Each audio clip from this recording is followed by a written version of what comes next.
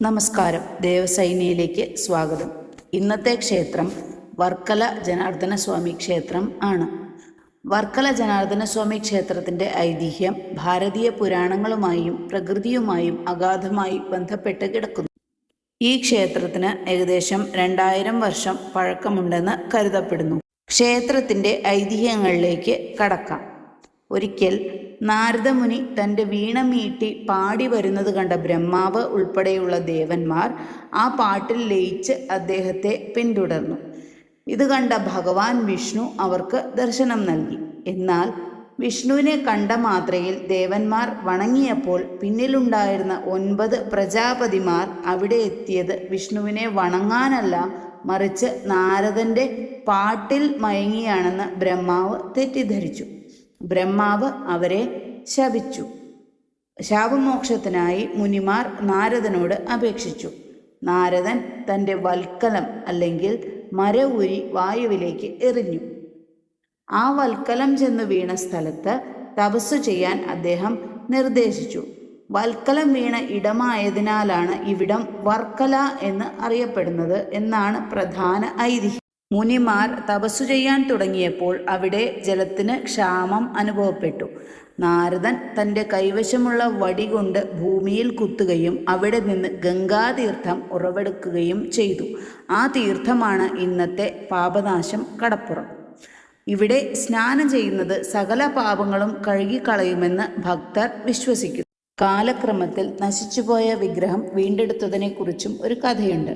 ഒരിക്കൽ പാണ്ഡ്യരാജാവിന് ബ്രഹ്മഹത്യാ പാപം ബാധിച്ചു.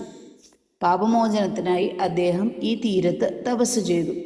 സ്വപ്നദർശന പ്രകാരം കടലിൽ നിന്ന് കിട്ടിയ വിഷ്ണു വിഗ്രഹമാണ് അദ്ദേഹം ഇവിടെ പ്രതിഷ്ഠിച്ചത്. പരശുരാമൻ വീണ്ടെടുത്ത ഈ മണ്ണിൽ പാപങ്ങൾ കഴുകിക്കളയാൻ ഗംഗാതീർത്ഥം പോലെ വിശുദ്ധമായ പാപനാശം നിലകൊള്ളുന്നു. വർക്കല ജനാർദ്ദന സ്വാമി ക്ഷേത്രം ഒരു ഓർമ്മപ്പെടുത്തലാണ്. മനുഷ്യൻ തൻ്റെ അഹങ്കാരവും പാപങ്ങളും ഉപേക്ഷിക്കണമെന്നും ആത്മീയമായ ശുദ്ധീകരണത്തിലൂടെ മാത്രമേ മോക്ഷം സാധ്യമാകൂ എന്നും ഈ മണ്ണ് നമ്മെ പഠിപ്പിക്കുന്നു. കേരളത്തിൽ പിതൃതർപ്പണത്തിന് ഏറ്റവും പ്രാധാന്യമുള്ള ഇടങ്ങളിൽ ഒന്നാണ് വർക്കല. പാപനാശം കടപ്പുറത്ത് ബലിയിടുന്നത് കാശിയിൽ പോയി ബലിയിടുന്നതിന് തുല്യമായി കരുതപ്പെടുന്നു. ഐതിഹ്യം ഇങ്ങനെയാണ്: ബ്രഹ്മാവ് ഇവിടെ യാഗം നടത്തിയെന്നും ആ യാഗത്തിൽ പിതൃക്കളുടെ സാന്നിധ്യം ഉണ്ടായിരുന്നു എന്നുമാണ് വിശ്വാസം. അതിനാൽ ഇവിടെ ബലിയിട്ടാൽ പിതൃക്കൾക്ക് നേരിട്ട് മോക്ഷം ലഭിക്കുമെന്ന് ഭക്തർ വിശ്വസിക്കുന്നു. ഇവിടുത്തെ സവിശേഷത: കർക്കിടവാവ് ദിവസമാണ് ഇവിടെ ഏറ്റവും കൂടുതൽ തിരക്ക് അനുഭവപ്പെടുന്നത്.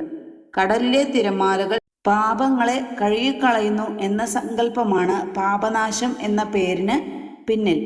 വർക്കല ക്ഷേത്രത്തിലെ വിദേശബന്ധം തെളിയിക്കുന്ന ഒന്നാണ് അവിടുത്തെ വലിയ വെങ്കലമണി. ഇത് കേരളത്തിലെ മറ്റൊരു ക്ഷേത്രത്തിലും കാണാത്ത ഒരു പ്രത്യേകതയാണ്. ചരിത്രം ഇങ്ങനെയാണ്: 17-ാം നൂറ്റാണ്ടിൽ ഒരു ഡച്ച് കപ്പൽ വർക്കല തീരത്തുകൂടി പോകുമ്പോൾ കടലിൽ വലിയ കാറ്റും കോളും ഉണ്ടായി. കപ്പൽ തകരുമെന്ന അവസ്ഥയിലെത്തിയപ്പോൾ കപ്പലിലെ കപ്പിത്താൻ ജനാർദ്ദന സ്വാമിയോട് പ്രാർത്ഥിച്ചു എന്നാണ് പറയപ്പെടുന്നത്. തൻ്റെ കപ്പൽ സുരക്ഷിതമായി കരയ്ക്കടുത്താൽ കപ്പലിലെ മണി ക്ഷേത്രത്തിന് നൽകാം എന്നാണ് അദ്ദേഹം നേർന്നത്. അത്ഭുതകരമായി കാറ്റൊഴിയുകയും കപ്പൽ രക്ഷപ്പെടുകയും ചെയ്തു. വാക്കുപാലിച്ച കപ്പിത്താൻ തൻ്റെ കപ്പലിലെ കൂറ്റൻ മണി ക്ഷേത്രത്തിൽ സമർപ്പിച്ചു.